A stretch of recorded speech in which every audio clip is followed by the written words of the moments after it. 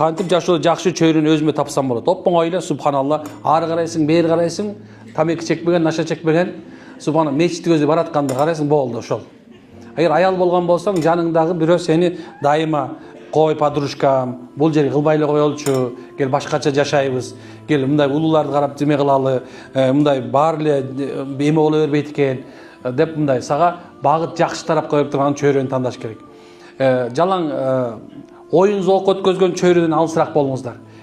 Анткени себеп жаштыктын эң корото турган чоң мындай эң мындай биз жашоодо өкүнө турган нерсебиз бул убакыт. Бирөө сурадым, канчасынан 24-те атаң бар, 24-те болду, ушу мен болгондо дейм мен дайымачы. Мисалы саз мынакей отур кээ-бирлериңер 30 мында турса, 30 жашымда болсо, мына мен ушундай болсо дейм да. Эмне үчүн билесиңерби? Анткени өкүнбөгөн адам болбойт.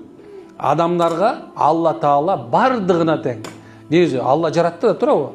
Демек баарыбызга 24 сааттык өмүр берилген. 24 саат 10 мүнөт эч кимге берилген эмес. Демек кимде ошо 24 саатты туура колдонгонду үйрөнсө, демек машалла ал туура досту тандасын, жашаага туура колдонуп жашагысы келсе.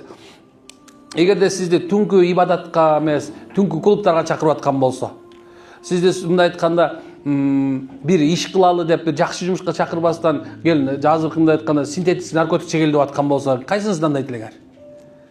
Же болбосо мисалы алсак, сизди үй бүлөдөн ажыраш деп аткан болсо, кээ-бирлер жана айтты го, урмат сонун айтты, азыр жанагындай психологдордун ичинде жанагындай бир кээ-бирлер сен жашооңду туура танда, он абьюзер, от него уходи дегендер болсо, андайлардан дос болбойсуңар.